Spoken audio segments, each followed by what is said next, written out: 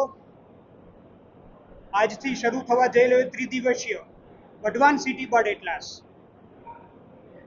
સૌરાષ્ટ્રમાં સૌ પ્રથમવાર શહેરી વિસ્તારમાં દેખાતા પક્ષીઓ ઉપર એમનું નિરીક્ષણ અને પક્ષી ગણના સાયન્ટિફિક પદ્ધતિ દ્વારા શરૂ કરવામાં જઈ રહ્યા છીએ. અમે આ ત્રિદિવસીય પ્રોગ્રામમાં 11, 12 અને 13 એમ 3 દિવસનો આ પ્રોગ્રામ છે.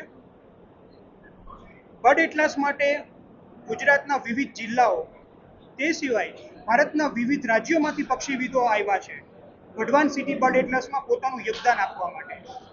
મિત્રો, આપને પ્રશ્ન થશે, બર્ડ એટલાસ શું છે?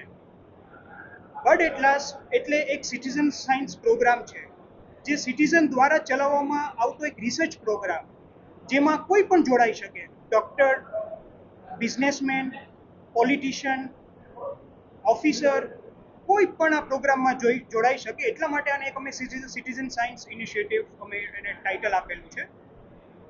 આ વઢવાણ સિટી બર્ડ એટલાસ દ્વારા અમે જે વઢવાણ, સુરેન્દ્રનગર, જોરાવનગર, રતનપર અને દુધરેજ એમ આ 5 એરિયામાં જે પક્ષીઓ વિશેની જે સાયન્ટિફિક પદ્ધતિથી જે માહિતી હવે મળવાની છે, એ માહિતી માટે અમે પણ આતુર છીએ કે શું રિઝલ્ટ આવશે.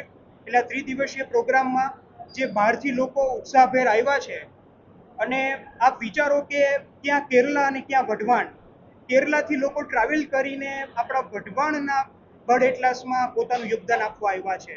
સો મિત્રો, આનાથી મોટું આપણા માટે ઉપલબ્ધિ શું હોઈ શકે? સર્વેનો ખૂબ જય હિન્દ. અમારા વાઇલ્ડ લાઈફ બોર્ડના સભ્ય શ્રી દેવવ્રતસિંહ મોરી અને એમની આખી ટીમ દ્વારા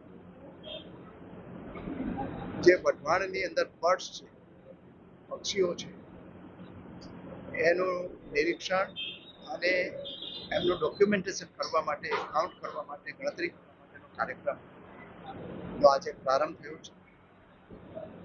પશુ હોય, પક્ષી હોય કે વાઇલ્ડ લાઈફ, એ આખી જીવસૃષ્ટિ માટે ટકાવવા માટે ખૂબ જ જરૂરી છે.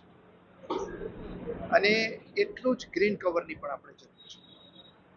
જો આપણે આપણી વાઇલ્ડ લાઈફને, આપણા ગ્રીન કવરને બચાવીશું તો એ સમગ્ર સૃષ્ટિ માટે અને માનવજાત માટે હાનિકારક થવાનું છે.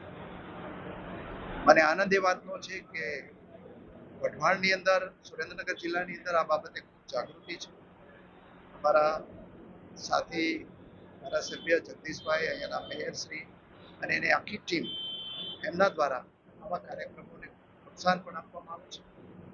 અને હું માનું છું કે આવનારા દિવસોમાં જે રીતે વઢવાણ, સુરેન્દ્રનગરની અંદર બર્ડ્સ એટલાસ તૈયાર થવા જઈ રહ્યો છે, એવા જ એટલાસ દરેક શહેરમાં, દરેક જિલ્લામાં, દરેક તાલુકામાં થાય.